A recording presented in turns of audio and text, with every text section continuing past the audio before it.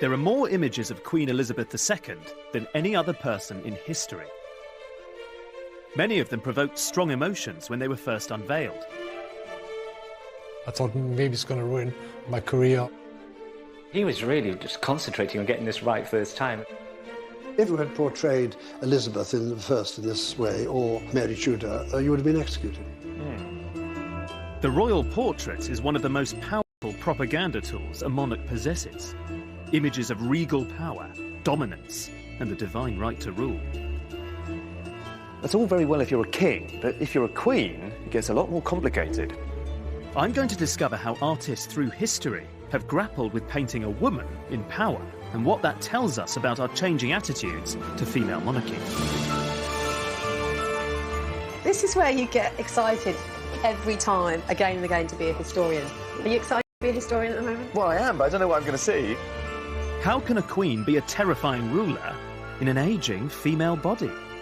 When you've seen photos of her, you can't really knock just a few years off her age. We can't have this airbrushing going on anymore. And how can she ever command the same respect as a king?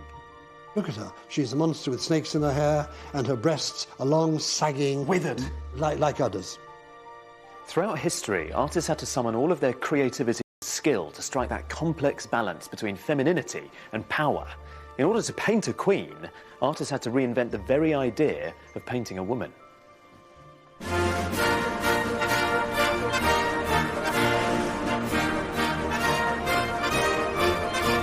In case you hadn't noticed, it's the Queen's Diamond Jubilee. To mark it, the National Portrait Gallery show, The Queen Art and Image, has been touring the country. It celebrates the diverse portraiture of the last 60 years. The most famous and controversial of them all is barely the size of a postcard. Freud was famous for never ever flattering his sitters, and here he really goes out of his way to avoid accusations of pandering to royalty.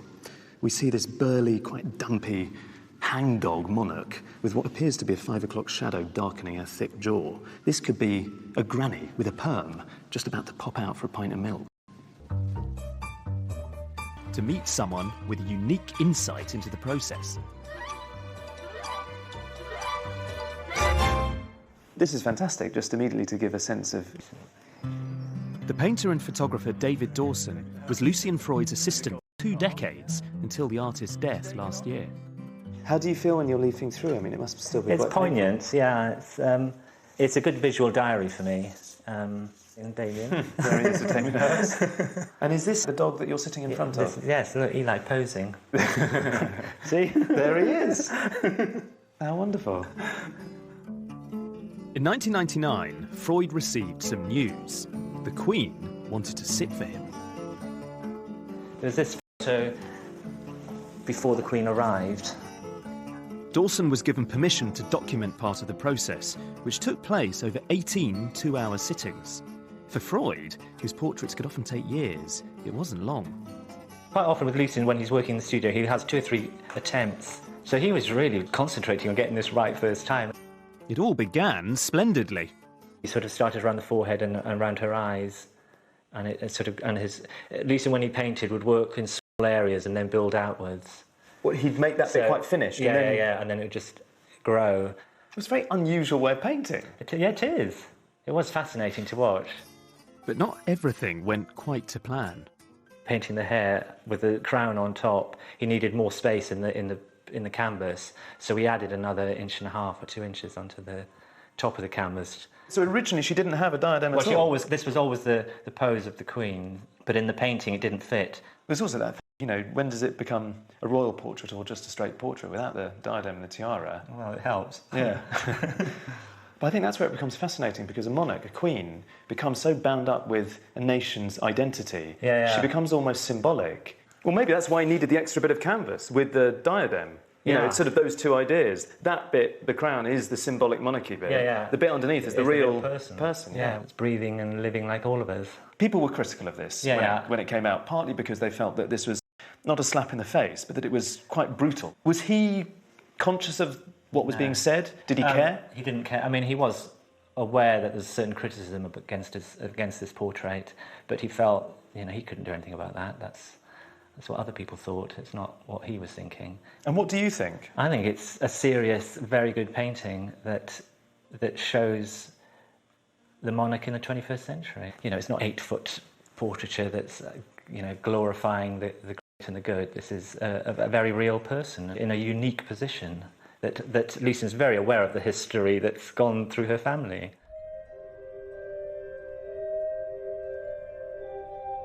Controversy didn't begin with Elizabeth II. When it comes to making portraits, female monarchs offer some of the trickiest challenges of all, prove an especially explosive and controversial combination. The royal portrait as we know it starts 500 years ago, not with a queen, but a king. In England, at the time of Henry VIII, the idea of a regnant queen was unthinkable. Women were simply considered unfit to rule. Henry VIII didn't have a male heir because 20 years of marriage to Catherine of Aragon had so far only yielded a daughter, Mary. So he was desperate to marry a younger woman. The thing was, the Pope refused to annul his marriage, so Henry's dynasty was in crisis. His solution was radical. Break with Rome and declare himself the supreme head of the Church of England. Henry would replace the Pope. It was a shocking and audacious move, and Henry had to assert his own legitimacy as well as his authority over the church, and to do that, he needed to develop some propaganda, and his secret weapon was the artist, Hans Holbein. By 1536, Holbein had become the king's painter and stayed with him for the rest of his life. Holbein's most powerful portrait of Henry VIII no longer exists because it was destroyed in a fire in 1698. But I think it's a testament to the artist's genius that more than 300 years later, it lives on as the definitive image of the Tudor king. The original Whitehall mural was huge, but a small version still exists, and it's currently here at the Maritime Museum in Greenwich. I'm going behind the scenes to try and understand the power of the original.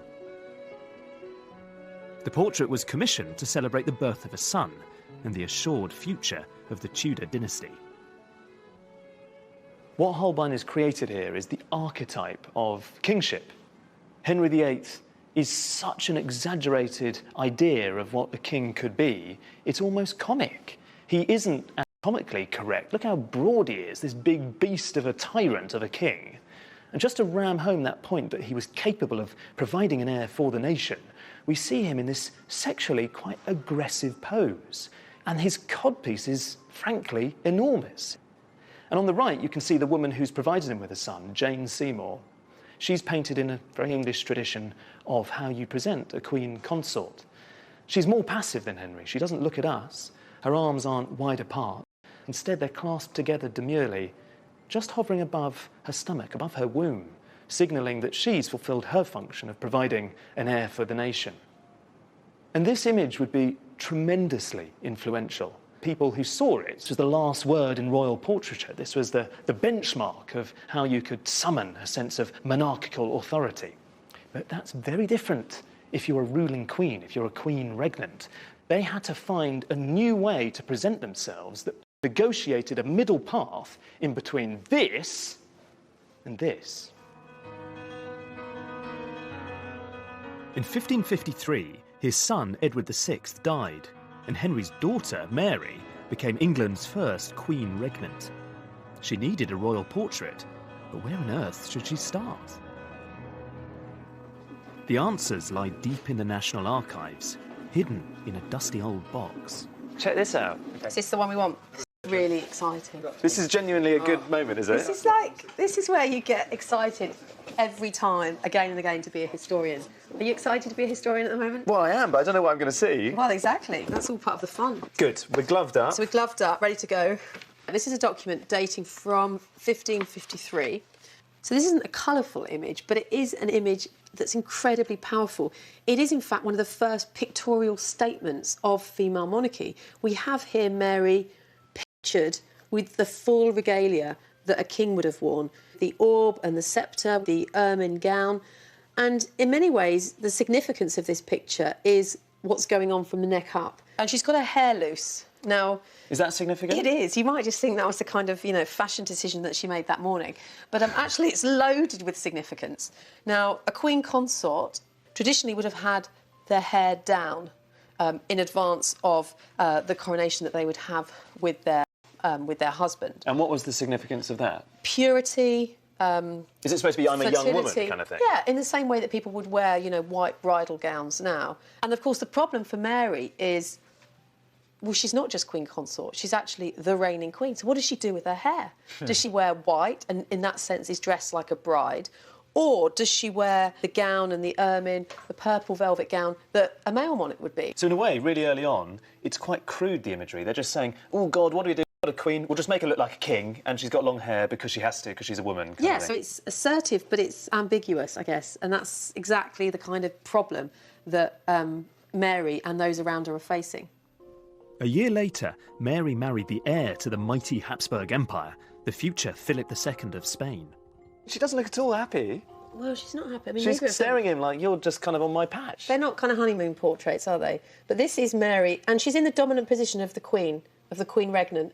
Philip is in the position of the consort. But the very interesting thing here is the floating crown above and between them.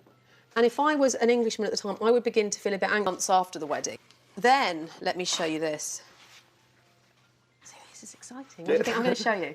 I think Philip's going to take over. You think he's going to take over? That's my guess. Well, let's see. You tell me. Look at that. Read the portrait for me. He's in the dominant position on, as we look, the left. Mary's, by this point, looking, well, she's lost the blue of youth, hasn't she? There is still the floating crown, but that sword is clearly much bigger and more powerful than this sceptre. And this is really big stuff. Suddenly Philip has changed size. I mean, what the hell's going on? Who was truly wielding power? Mary or Philip? Perhaps the clue lies in a famous image of Mary commissioned by her father-in-law, Charles of Spain, in 1554. The original was by Antonis More, and this is one of the surviving copies. The important thing about this portrait is less Mary's pale and slightly insipid face, and more that extravagant jewel that she's wearing on her breast that was part of a gift that was given to her by Philip in the summer of 1554, shortly before they got married. So right there in the heart of the image is an emblem of the Habsburg dynasty. Even the pose refers to the Habsburgs because it's reminiscent of a very famous seated pose in familiar portraits by Titian of Philip's mother, Isabella of Portugal.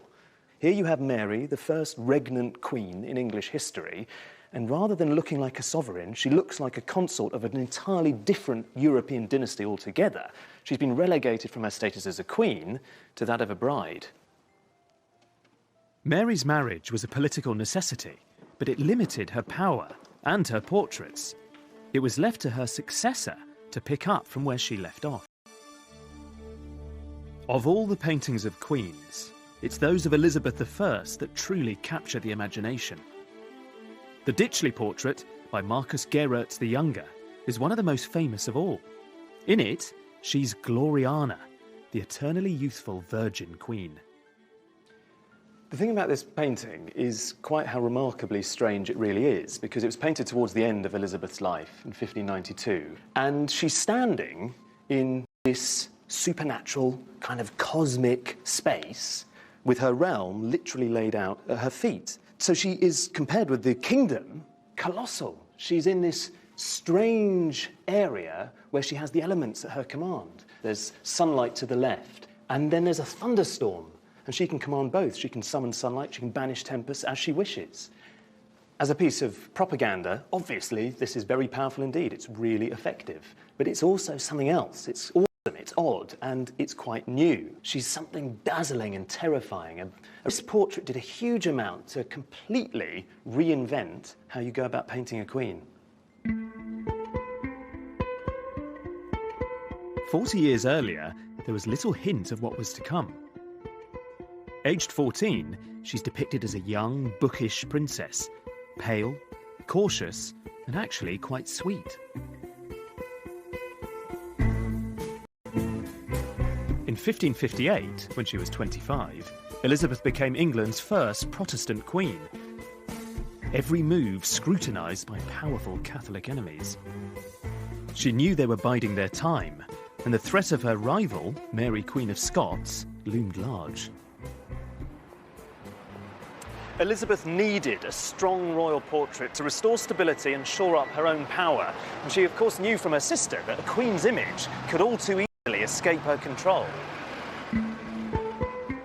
Unlike her father, Henry VIII, Elizabeth didn't have an artist who was up to the job. There are a number of artists who are producing images which don't show a regal-looking monarch.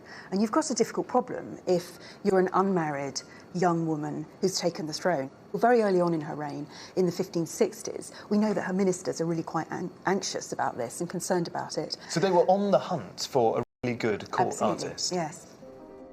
6 years into her reign, Elizabeth's advisors drafted a proclamation designed to regulate her image. No one could make a portrait of the Queen until that special artist could be found. I mean, they're really quite covetable things. You're telling me? You want to hold them, to... Can I hold it? I'm not going to give you this to hold because it's just so incredibly precious. You can see it very kind of close up. The miniature was created by Nicholas Hilliard, a goldsmith and painter. We'll get a better look at it if we put it under this microscope, which gives you an amazing view of the Queen's face, the background, the inscription, and the way that he painted her hair and her jewels and the costume. This gives you a real sense of how breathtaking the skill required to make an image like this is. Hugely skilled, yeah. I mean, he's a really, really impressive painter. Elizabeth had found her special painter. Hilliard's miniature became an official image. It was to have enormous influence on dozens of subsequent artists. This one's called the Phoenix, and this one's called the Pelican, and this is after the jewels that she wears at her chest. And they're two images that are very, very closely related by the same artist. And if you look at the face patterns on these, they're actually identical, but reversed. So this is the same image as this is. Tanya's team had a theory that both portraits, and many others, all derived from the same source, Hilliard's miniature. This is a tracing of that painting. And if we put it against a scaled-up version of the miniature, you can begin to see the close relationship between the miniature and the painting, because the lips, the nose, and just about the eyes match up, and the hairline matches up. That's a good fit. I mean, does that, to you, feel conclusive that there's one source for the two images? It or does. The three images? It absolutely does, yeah. And that we've ended up with other images which use this face pattern again and again and again. The research proves that Hilliard was one of the first artists to be officially sanctioned by the Queen. His face pattern could be disseminated to other painters to copy. It allowed Elizabeth unprecedented control of her image. Her face wasn't the only thing she tried to control in her portraits. Like her father, Elizabeth was obsessed with another aspect of her image: clothes. Thanks. Divine. I'm at Angels Costumiers to meet costume historian Judith Watt. It's beautiful. God, that's nice. I think you're going to recognise this lot. Oh, yes, I see. Yes. Oh. There's a production down here of the painting, so you can compare the two. Yeah, well, it's nothing like, is it? No. I mean, if you look at this, her Reticella lace. What type of lace? Reticella. And what does that mean? The Reticella is this cutwork lace that was imported from Italy. This was essentially extremely expensive and extremely stately, and this is about formality and status, outdressing everybody else, because, of course, in 1579, she brought in further sumptuary legislation regulating exactly what people could wear. So she was always wearing stuff that nobody else could. So this is a painting which has worked, hasn't it? Because it's come down in history. It has commemorated her. We're excited about it. Yeah. Elizabeth remained unmarried and didn't produce an heir. She turned this weakness to her advantage and reinvented herself as the Virgin Queen. Why was it important she was seen as a Virgin Queen? Because she was filling the vacuum left by the Reformation, whereby you did not find images of the Virgin Mary around in people's homes in every single church. That was a huge change. The English had been praying to the Virgin Mary for, 1,000 years, basically, hadn't they? I mean, there weren't any nuns left. Who was going to be the mother? This one, the mother of the people. I think that's fascinating because if you think about the Reformation, previously, everywhere in England, there would be images of... That was disappeared overnight. Absolutely. So she can play that role. Absolutely. It was a brilliant piece of PR. I mean, she was worth worshipping. That's my opinion. I think she was a great monarch. The Ditchley isn't your favourite one, is it? God, no. I don't know why. I think the Ditchley one's brilliant. It's magnificent, but that dress is really boring. I find it tedious. What, you're pulling out a black dress in comparison? I know. Well, tell me about this one then. OK, so this is the sieve painting of Elizabeth in the 1580s, early 1580s. She's got jewels in her hair, pearls, of course, the symbol of chastity, and of course the sieve here, which is a symbol of virginity. This cape here going around her is a kind of mask costume, so it's a fancy dress. So ergo, she's dressed as a Vestal Virgin from ancient Rome, so that is the story that goes with it. So this idea of costume, which we see in several of the portraits, almost makes explicit this idea of performance. For Elizabeth, clothes were a form of performance. They're a form of getting a message across. Absolutely. In paintings, they absolutely were. This is about communicating her image. The dress in these paintings is about delivering a message. Elizabeth had developed powerful skills of propaganda. In the last years of her reign, they'd be put to the test. As Elizabeth approached old age, plots against her became more frequent and more bizarre. Bibles were laced with poison. Saddles became toxic booby traps. The need for a strong, powerful image became a matter of life and death. During the Tudor period, being 60 and being a woman was considered unnatural and abhorrent.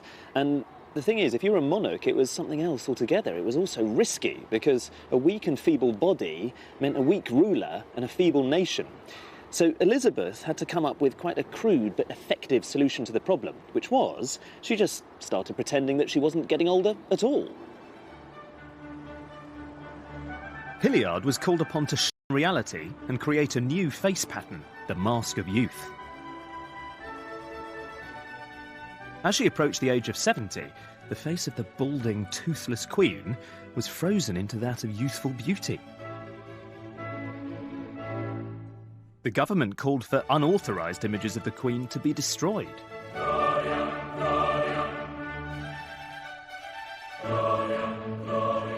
It clearly worked. Elizabeth survived, reigning for 44 years. 500 years later, we're still enthralled to this virgin queen.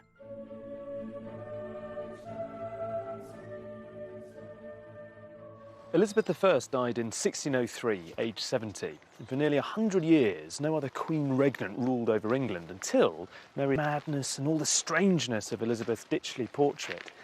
The way that Mary had herself represented was just astonishingly conventional and formulaic. You could even say that she set the representation of queens right back to the beginning.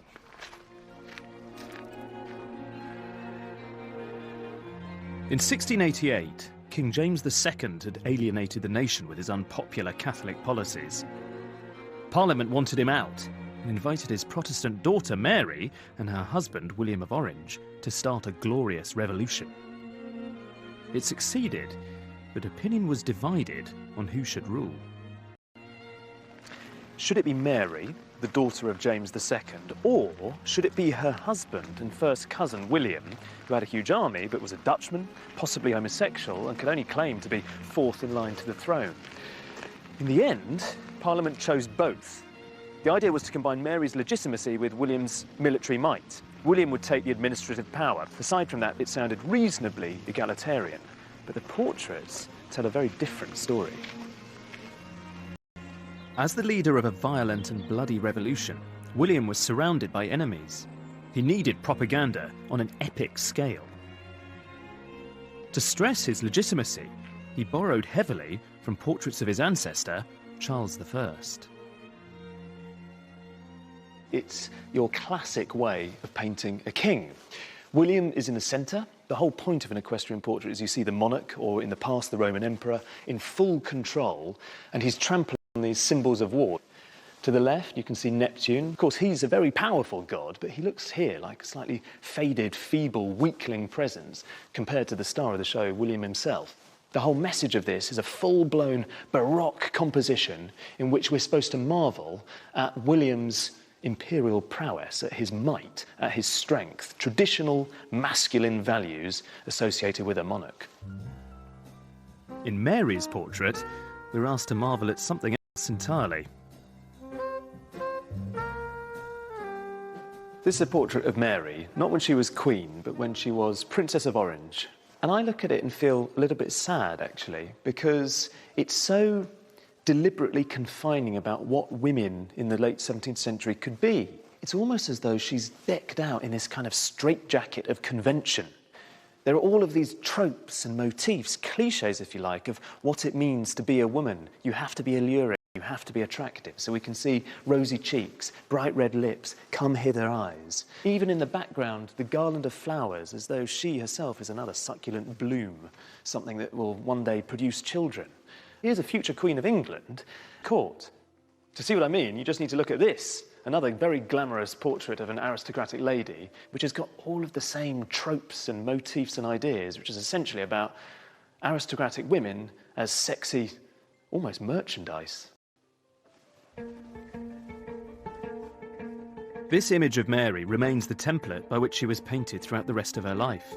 From her coronation until her death at the age of 32, Mary was celebrated in portraits for little more than her beauty. Her successor, her ungainly younger sister, didn't even have that.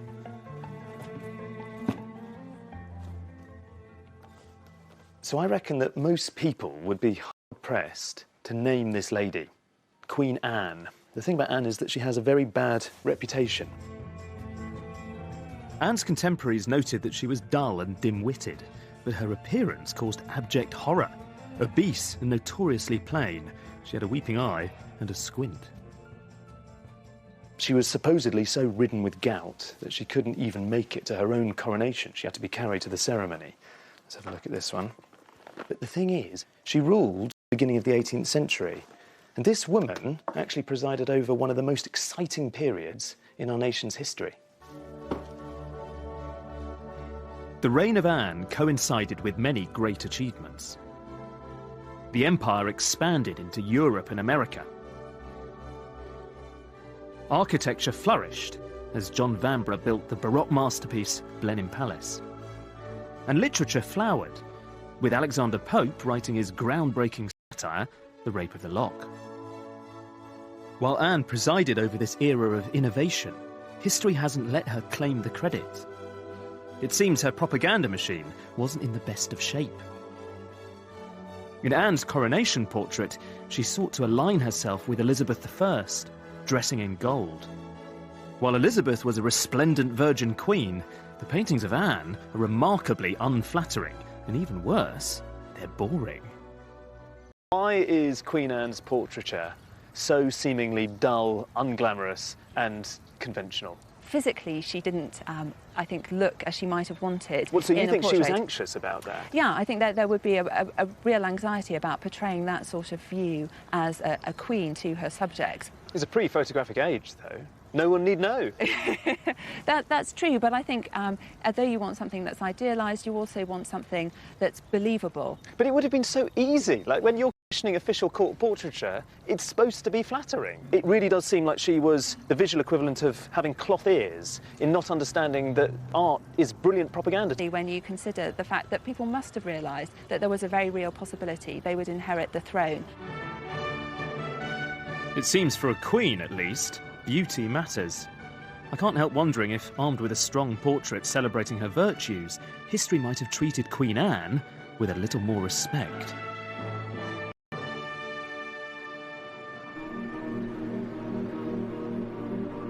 By the late 18th century, the Age of Enlightenment had transformed ideas about women. Queen Charlotte, the wife of King George III, was lauded for her command of culture and science. Yet despite all her many talents, in portraits, once again, it wasn't the Queen's intelligence that was celebrated.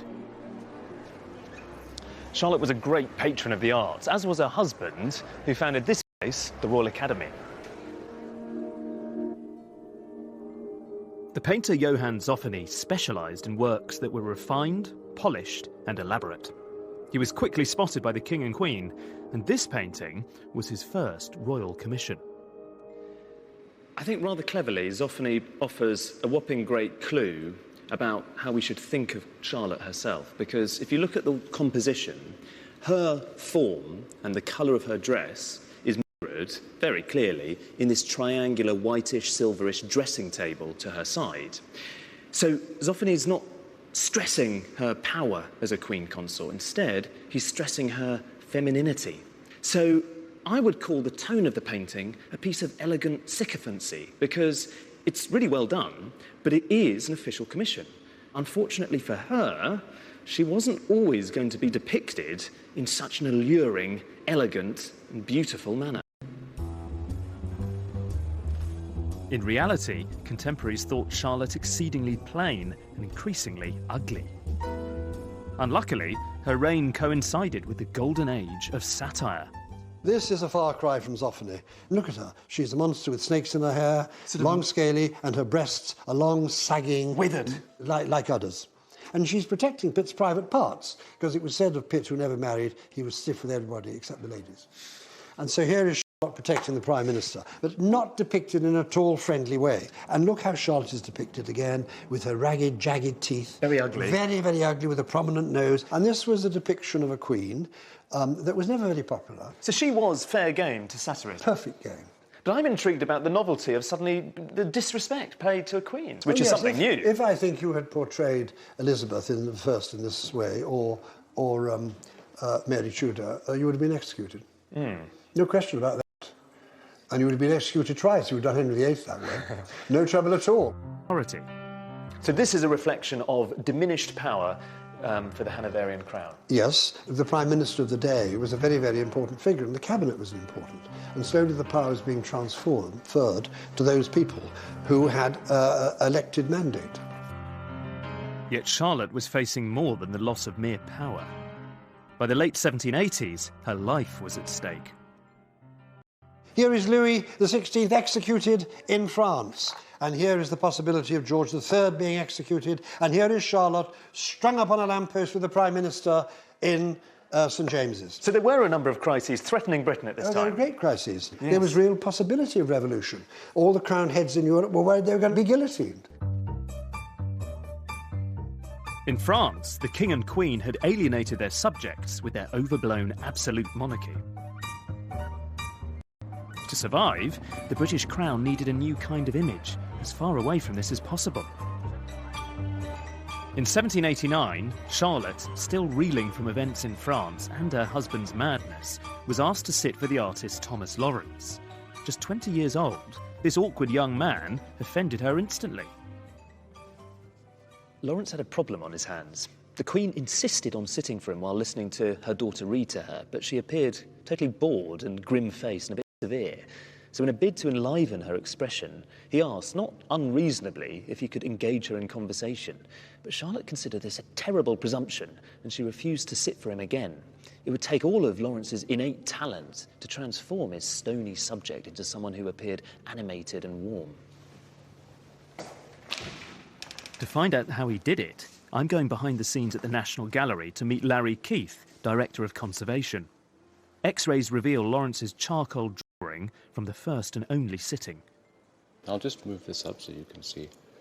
I don't know whether you think it's fanciful, but she looks more bored in the X-ray, and here she's a little bit more alive. I'd certainly agree that there's movement in the mouth and there's a bit of adjustment, particularly the contour of the upper lip, that could be consistent with what we know to be the difficulty he had getting a likeness that was pleasing. It's interesting knowing a little bit about the sitting, and the X-ray allows us to see that transformation. The whole surface is animated and alive. And that's to do with the way he's actually putting paint down, as we can see. Yes, I think the X-ray, to me, suggests the way in which he was able to add a bit of sparkle and to animate from that one sitting. Sparkle's a good word for it. Yeah, absolutely. The thing that interests me about it is this kind of way that he could combine this amazingly expressive bravura brush handling and yet harness that within an image that, was striving for a decorum appropriate to a portrait of the Queen. Every era has to decide where those boundaries lie. It's certainly true with her hairstyle, it seems. It is a bit mad, the hair. King George had missed the point. Thomas Lawrence was a genius. I find it unbelievable that someone who was only 20 created this, because it's been painted with such assurance. There's such an enjoyment in the whole idea of using a brush and oil paints in the first place. But Lawrence has injected everything with this brilliant spirit of informality. Yes, there are the classic tropes and ingredients of good old-fashioned royal portraiture, the big swag of drapery, the sense of a platform, but there's nothing overly grand here. The swag of drapery is just a curtain. She's not really sitting on an elaborate throne. It's just a very plain and simple chair. We're not in the presence of someone who's been allowed to rule by divine right. And if you think about when this was painted, suddenly the informality of the image makes sense, because this dates from 1789. Think of what was going on in France. The Bastille had fallen. All of a sudden, if you were a queen, it was imperative that you didn't look overly extravagant and grand and regal and out of touch. In the last years of their reign, George and Charlotte not only kept their heads, the sober, pared-down monarchy won them new adoration from their people. 50 years later, by the reign of their granddaughter Victoria, the great monarchies of Europe were disappearing fast. Britain, dissenting voices were loudly questioning the very notion of royalty. Victoria took Charlotte's image of a humbled monarchy and ran with it. Queen Victoria was the first ruling female monarch whose children survived childhood. Unlike Charlotte, who was a consort, Victoria had to portray herself as both a mother and a ruler. It was quite a tricky path to negotiate, but Victoria turned that weakness into a strength. She realised that the role of mother is the one trump card a queen has over a king. One painting didn't just transform the idea of the Queen, it delivered her image to a completely new audience. The Royal Family in 1846 by the German artist Franz Xaver Winterhalter. If I'm honest, it's not very fashionable to say you like a painting like this one. It's done in a very suave, quite cosmopolitan 19th century style. Technically, it's a virtuoso piece of painting. And to modernise, it almost feels a bit slick. But the thing is, I find this really charming. I think it's a wonderful composition because what we see isn't that old tradition of kings and queens in quite stiff, fusty outfits and positions. Rather, we have Victoria and Albert surrounded by their kids. She has her arm around the eldest, Bertie, the future Edward II. And then to the right, you have this really beautiful mini group within the larger group of 3 daughters. Quite a clever detail on Winterhalter's part is that there are 7 people in the group. Only 2 of them look out directly at the viewer, Victoria and the infant. And subtly, Winterhalter is aligning those 2 protagonists. This is about a queen who's as much a mother as she is a monarch. The following year, the painting was displayed at St James's Palace. Lord Palmerston, the future Prime Minister, declared it the finest modern painting he'd ever seen. 100,000 visitors queued to see it. That was just the beginning. Thanks to the revolution in printing, the image would be mass-produced. These were very easy to obtain. There were some print shops that said that 70% of all the sales that they made were of images of Queen Victoria. And domesticity is the idea that the royal family are really trying to project here.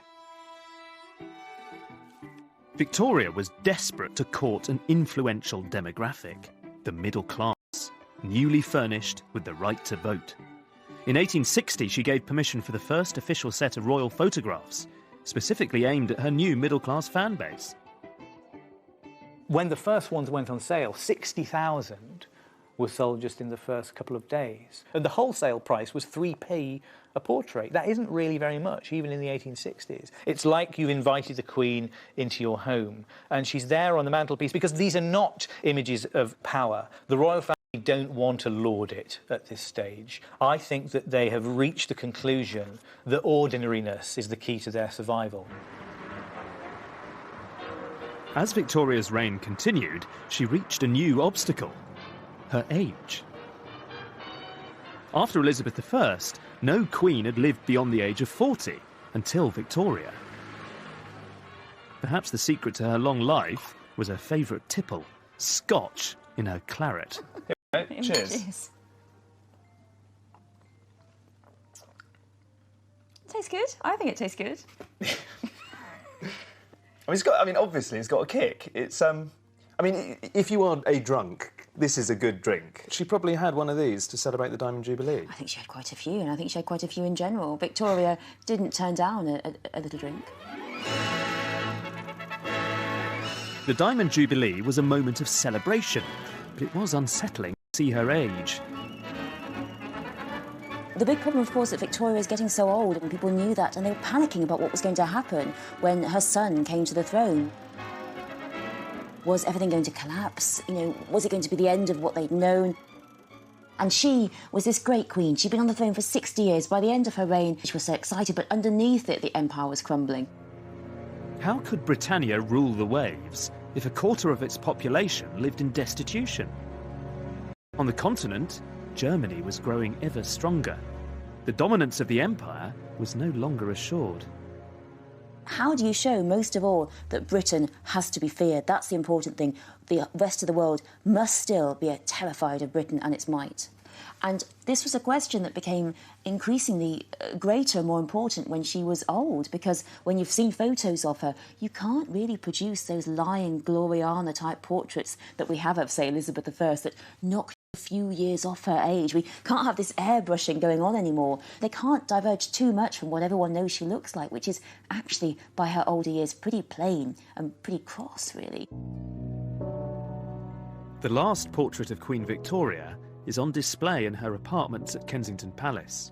The artist Heinrich von Angeli deliberately presented her in old age. I find it quite tricky looking at the painting, though, because I don't see necessarily a woman who is radiating imperial virtues and strength and wisdom. I see someone who looks depressed. I think she looks even a little bored and glum in this picture. She's this big, dark mound of melancholy, really. And the whole message of the painting, for me, is that it points out how tricky it is for an artist to reconcile painting a potent queen who's also very old. And I guess if she is meant to be the embodiment of empire, then what she represents is a kind of steadfastness, the fact that the empire is immovable and immutable. And perhaps, if you're anxious about Britain's future, you could take some heart from that.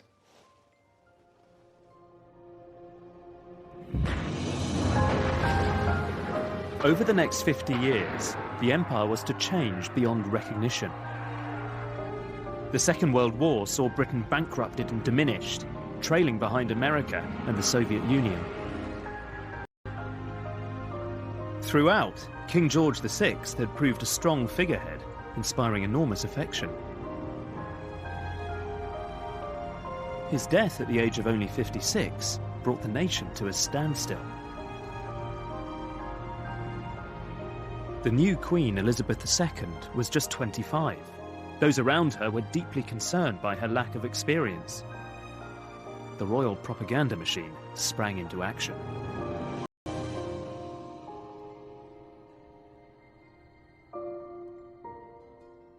This is a very famous picture of Elizabeth on her coronation day, taken by the society photographer Cecil Beaton. This is a piece of patriotism of old.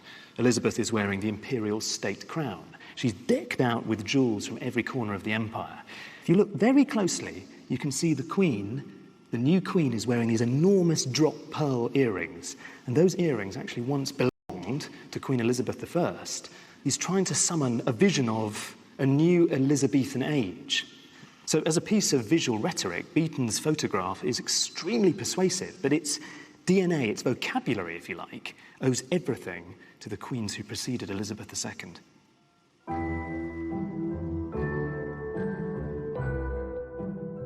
During the 50s, images of Queen Elizabeth presented her as a glamorous young woman who's nonetheless regal, formal, and bejeweled. But youthful beauty could only take her so far.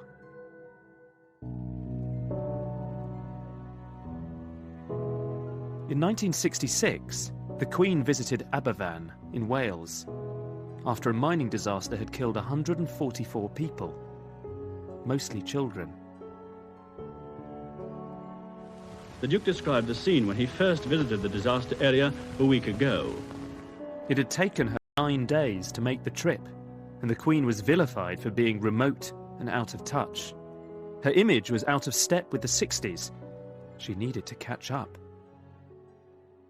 Well, you see the new era of informality in a photograph by Eve Arnold, and this is a really breezy, fresh, very beautiful image. This is now the kind of imagery which seems a world away from the 1950s. It's not exactly a state occasion. It could almost be anybody. It could almost be a member of the public. This is a radical way of presenting the Queen in this much more literally down-to-earth fashion. It's a great photograph. I think there's another great photograph, which is just here, which is my favourite one in the show, which is similar tone, similar feel.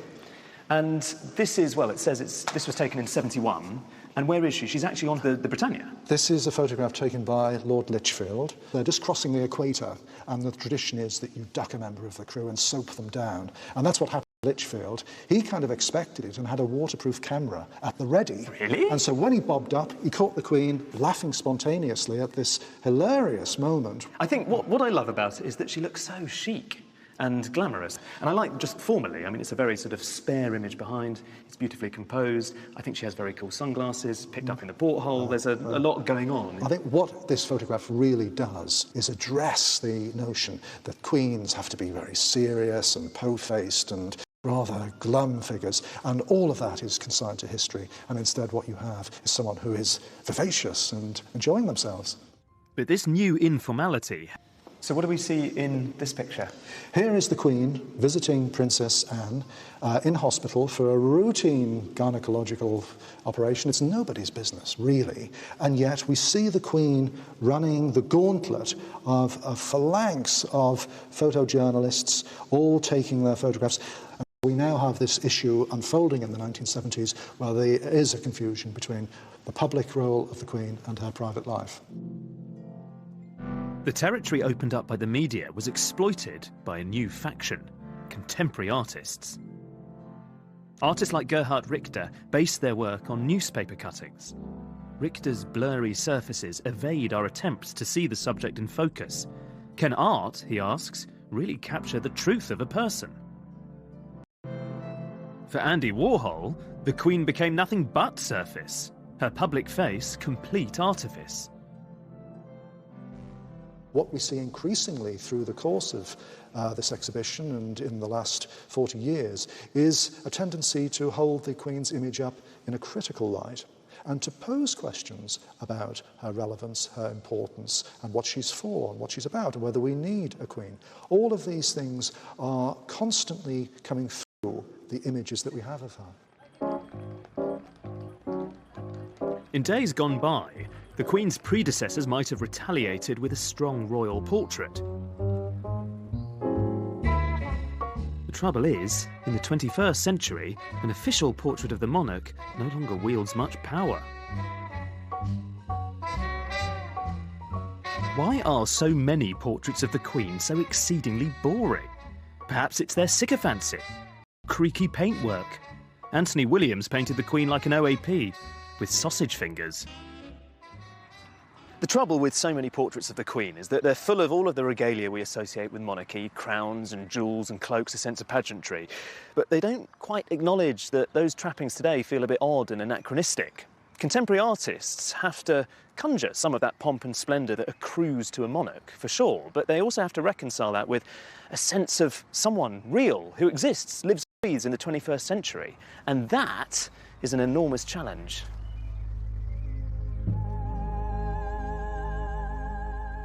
Thomas Struth is one of the leading contemporary artists of his age, photographing cities, families, and science labs with precise, almost forensic detail. He's certainly not known for taking on celebrity commissions. Can I ask you a little bit about what it's like to take on a royal commission like this? Is there a risk, as a contemporary artist taking on this commission, that you might lose credibility almost? All the time. Like us. But yeah, like you.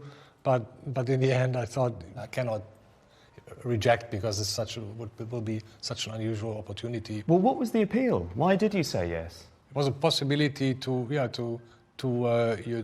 enter the ring of this historical activity and see how far I can go or what my contribution might possibly be. So from the beginning, very self-consciously, you're thinking about the whole tradition of royal portraiture and how this image might fit into that? Yes, of course, yeah. The photograph was taken on an old-fashioned medium-format camera, which gives a vast level of detail, even when the subject's life-size. I think this is a really, really fantastic piece, work of art, which you can't say of many, many royal portraits. I think so many of them are rubbish. I love this one, partly because it isn't overwhelmingly pompous, and it isn't sycophantic, and they feel separate from us and grand, but not too grand, somehow approachable. You could look at them as parents, you could look at them as a representative of the generation.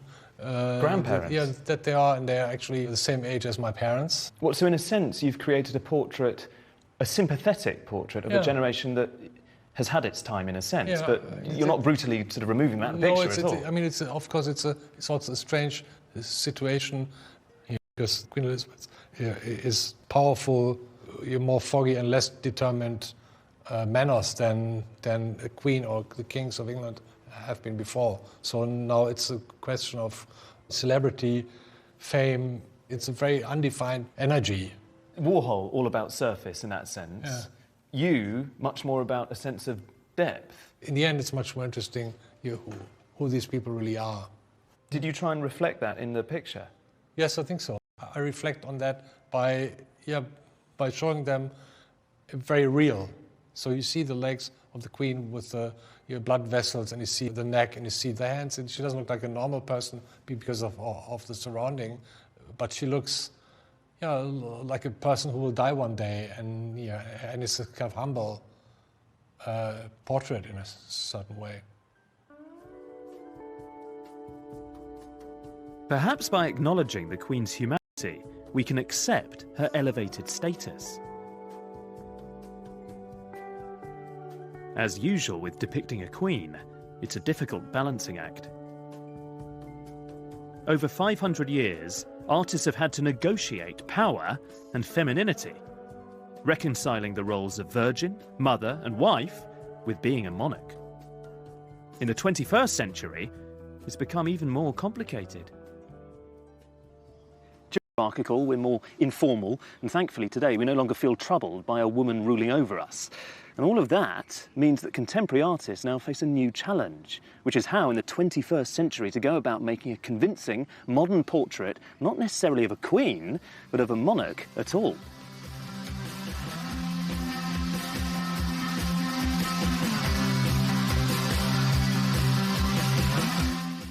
A surprising profile of a mysterious figure in classical music here on BBC HD tomorrow evening with Delius, composer, lover, enigma at 10. Next, though, it's an extra large helping of QI.